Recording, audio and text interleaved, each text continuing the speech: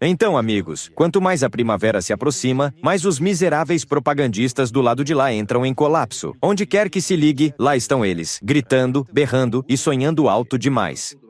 Até o final de 2025, provavelmente conseguiremos vencer esse conflito. A vitória vai ficar do jeito que o exército russo ocupará território suficiente para levar a Ucrânia à beira da existência de seu Estado. A propósito, Patrushev disse que a Ucrânia deixará de existir como país em 2025. E você olha para tudo isso com um sorriso, sem entender direito. Será que os tagarelas de Ostankino estão sofrendo de uma crise sazonal de primavera? Ou é só depressão pela possível negociação com a odiada Ucrânia? A questão aqui não é apenas sobre a Ucrânia. Trata-se, na verdade, de toda a arquitetura de segurança, se quiser chamar assim. Essas negociações são tipo uma Yalta 2.0. Nesse caso, então voltem para lá para a Yalta de novo. Inclusive, os próprios canais de propaganda russos falam das negociações cada vez mais. Agora, sobre as negociações. A situação ficou mais ou menos definida, né? Inclusive, infelizmente, na região de Kursk, e agora começa uma nova tentativa. É preciso buscar uma saída, mesmo quando parece inacessível. Mas é importante entender que ela existe em algum lugar. Ou seja, são conversas muito concretas. E do lado do nosso inimigo também. A frustração dos propagandistas é compreensível. Por anos, alimentaram o público e a si mesmos com a ilusão de uma capitulação total do chamado regime de Kiev. A minha posição é que as negociações deveriam ser apenas sobre capitulação. E não apenas do regime de Kiev, mas, em princípio, de todos os patrões. Sério? Exatamente assim. Acho que os patrões não vão concordar muito com você. Quem os consulta, concordam? Que se danem. Fazemos o que queremos, o que precisamos. Esta víbora deve ser esmagada de uma vez por todas. Devemos finalmente levantar a nossa bandeira da vitória sobre este Reichstag da OTAN. Mas aí passam 3 anos. Foram gastos esforços colossais e, surpresa, até mesmo os principais propagandistas são forçados a admitir que não há nenhum sinal de capitulação. E agora, por enquanto, estamos falando de negociações com o inimigo. Vamos conversar com Trump. E nem se trata de um acordo global, mas apenas sobre a Ucrânia. É importante entender que se esse acordo for assinado, não será por uma escolha confortável, mas simplesmente porque consideramos que, neste momento, não podemos vencer. Os objetivos da operação especial foram cumpridos exatamente ao contrário, como bem mostram as últimas notícias. A França relatou que os primeiros caças Mirage já chegaram à Ucrânia. Que bela desmilitarização da Ucrânia, concorda? Atacaram um país que mal tinha equipamentos, onde o Javelin era visto como super-arma. E agora, a aviação da OTAN já está chegando, enquanto certos indivíduos rangem os dentes no bunker. Aí estão os Mirage e os F-16. Fala-se em cerca de 20 F-16, mas não sabemos exatamente quantos foram realmente recebidos. Talvez a inteligência russa tenha essa informação. No entanto, é evidente que tudo isso será utilizado para alcançar um objetivo político específico. Esse objetivo não mudou: fortalecer a posição da Ucrânia nas negociações e pressionar a Rússia politicamente, com sanções e por todos os meios disponíveis para obter um acordo que lhe seja favorável.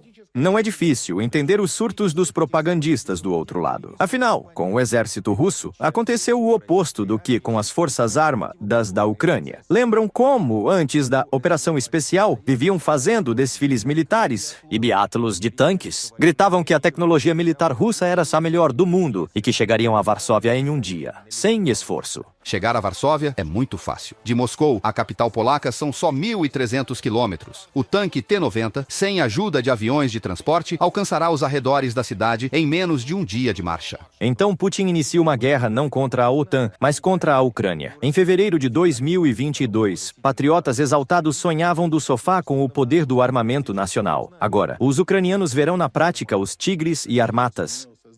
A Rússia conseguiu criar as forças armadas mais modernas, mais bem equipadas e mais profissionais do mundo. Mas mesmo nos primeiros meses da operação especial, ficou claro que toda essa grandiosidade era ilusão. Com o tempo, os patriotas Z se decepcionaram, pois em apenas 3 anos, Shoigu e Belousov desperdiçaram quase todo o equipamento militar que o exército russo tinha antes da guerra. Isso é reconhecido pelos próprios especialistas russos. Imagine só. Em quase 3 anos, eles gastaram 7% do orçamento militar global e perderam praticamente todo o equipamento original do exército russo. Se alguém acha que o propagandista exagerou os problemas da Rússia, pode relaxar. Os ocupantes não trocaram blindados por carrinhos de golfe e motocicletas sem motivo. Uma unidade de assalto em motocicletas se prepara para partir. Atualmente, qualquer tipo de veículo está sendo utilizado para garantir mobilidade e rapidez no deslocamento. Os soldados de assalto foram treinados especificamente para atirar em movimento. Mão direita no guidão, mão esquerda segurando o fuzil. E agora, atenção, chegamos aos burros. Deputado da Duma, Sobolev. Burros na zona da operação especial é algo comum. Sobolev admitiu que a maioria das unidades na zona de combate enfrenta graves falhas logísticas. Assim, o uso de animais de carga não é estranho. Sentimos muita pena dos pobres burrinhos. Só podemos imaginar o terror que eles sentem com o barulho constante das explosões. E eles não têm blindagem. Melhor matar um burro do que 2 soldados que transportam a carga em um veículo, declarou o deputado da Duma, General-Tenente Viktor Sobolev. Se não pensarmos no sofrimento dos animais, devemos entender que usar burros na guerra é a melhor prova do sucesso da desmilitarização da própria Rússia. Por isso, estamos prontos para rir na cara de qualquer propagandista que finge que a Rússia está forte e rejeita negociações com congelamento da linha de frente. O Ocidente começa a se preparar para uma mudança de poder e para a formação de uma Ucrânia pós-guerra, a fim de preservar pelo menos uma parte do país, no mínimo a leste do Dnieper. O cenário ideal seria um acordo baseado na linha de frente atual, mas já entendem que isso não será viável. Esse tipo de bravata engana apenas quem está completamente desconectado da realidade. Mas esses são os mesmos que ainda vivem na ilusão que Kharkiv, Sumy e Mykolaiv logo serão russas. Eles já estão se preparando para aceitar a possibilidade de negociações envolvendo, além da atual linha de frente, as regiões de Mykolaiv, Kharkiv e Sumy. Nós olhamos e pensamos em Kharkiv, ou em Sumy, ou em Poltava, ou em Zaporígia. Olhamos para elas como cidades russas, onde estaremos com toda certeza. Sim, é muito assustador. Agora os batalhões de aleijados vão largar as muletas, montar nos burros e marchar para a Transnistria. Porque se tomarmos Odessa, ganhamos acesso à Transnistria e, consequentemente, a incorporamos à Rússia. É apenas uma questão de tempo.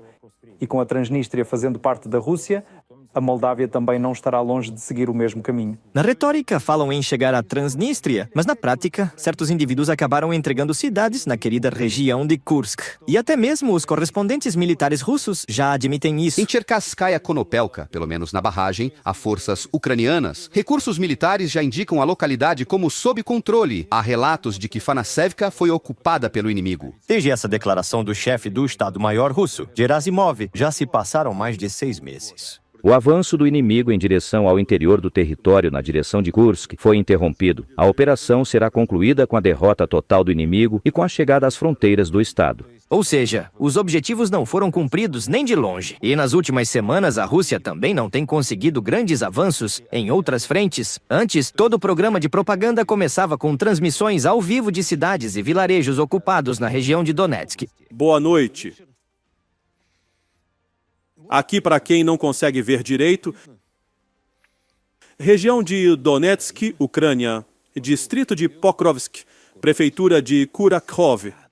Mas agora, sem mais nada para mostrar, os palhaços de Ostankino só contam os poucos alertas na Ucrânia e se orgulham de drones. Durante toda a noite, alerta aéreo soou na Ucrânia. Nossos drones estavam atacando a retaguarda e as instalações militares do inimigo. Explosões soaram em Kiev e arredores, em Jitomir e na área do campo de aviação, em Starokostyantyniv, bem como nas regiões de Kharkiv, Cherkassy, Mykolaiv, Kirovograd, Sumy e Poltava.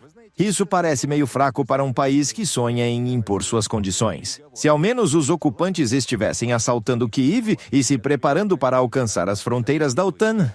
A questão não será encerrada mesmo com Kiev, Bankova e Lviv sob ocupação. Varsóvia deve ser uma cidade russa. Não há necessidade de perder tempo com o que dizer a este ou aquele embaixador ou explicar qualquer coisa. A resposta deve ser extremamente dura, ou seja, levantar a questão de outra partição fundamental. Varsóvia deve retornar à sua terra natal, a Rússia. Mas nada disso está nem perto de acontecer. Por isso, quando Skabeyeva recentemente exigiu que a OTAN se retirasse das fronteiras da Rússia, A única conversa que Moscou planeja ter é com o Sosevliua, e não sobre Zelensky, mas sobre garantias de segurança para a Rússia.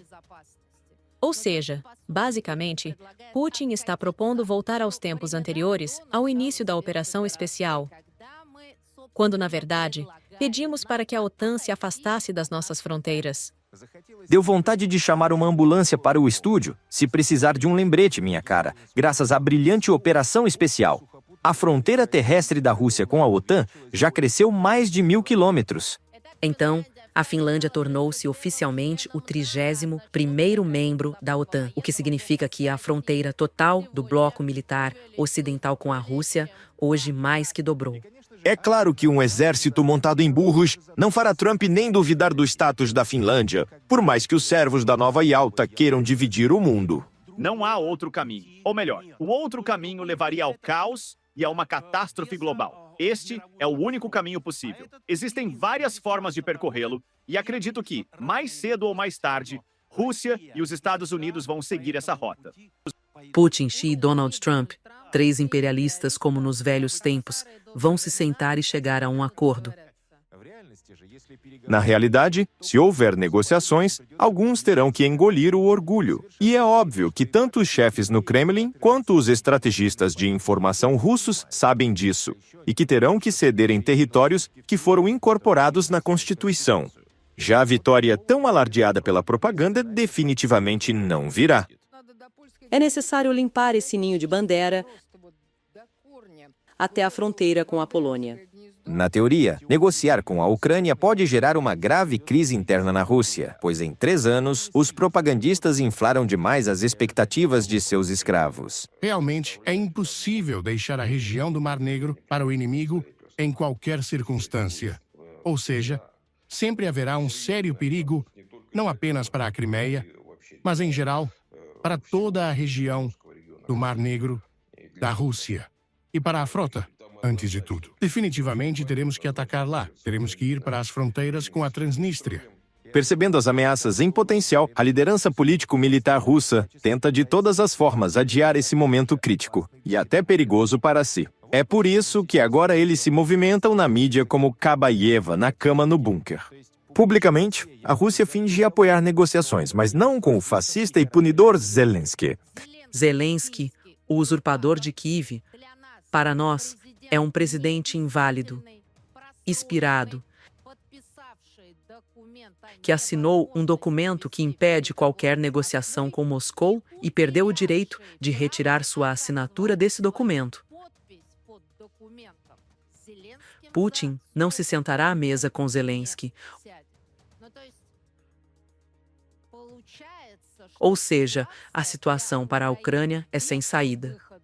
E essa posição parece a mais patética possível. Não, é claro, poderíamos negociar com Medvedchuk em vez de Zelensky, ou com esse velho muito legítimo. Mas essas negociações não mudarão nada. Afinal, graças à genial operação especial, políticos pró-Rússia na Ucrânia não decidem absolutamente nada, não vão decidir. Até mesmo o próprio tema do suposto e legítimo Zelensky é tão patético que até convidados da propaganda russa não aguentam. Veja o escândalo que aconteceu ao vivo no canal NTV. De acordo com a legislação ucraniana, Volodymyr Zelensky é presidente legítimo da Ucrânia. Esse é o primeiro ponto, segundo a legislação ucraniana. De acordo com ela, eles têm a lei marcial, leis sobre eleições, entre outras. Por isso, nenhum dos que eu chamo de latidores recorreu ao Tribunal Constitucional da Ucrânia sobre essa questão. Nenhum.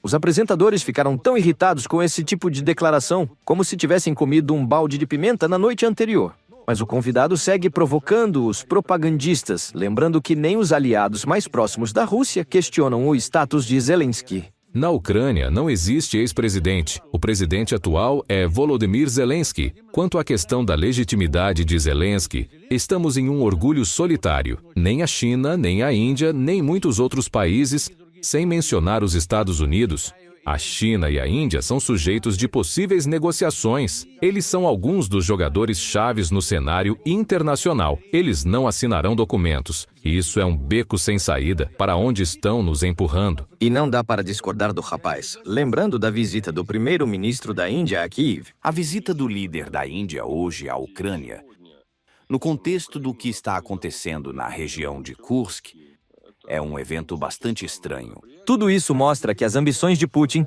não vão além das fronteiras da Rússia. E para alcançar qualquer resultado, tanto o vovô do bunker quanto seus aliados mais próximos terão que fazer o que Margot Simonian tanto gosta: dar para trás. Foi então que recuamos, levando-os a pensar que estávamos de fato retrocedendo. E com a recente firmeza deles, essa será uma história dolorosa para o Kremlin, também para o status de Zelensky, Kherson e Zaporizhia, e a questão da OTAN nas fronteiras, entre outros. No entanto, nessa situação, Putin e sua equipe só podem culpar a si mesmos. E com sua idade, jogadas estilo Chapayev já não dão mais resultado. Está na hora de aprender a jogar xadrez.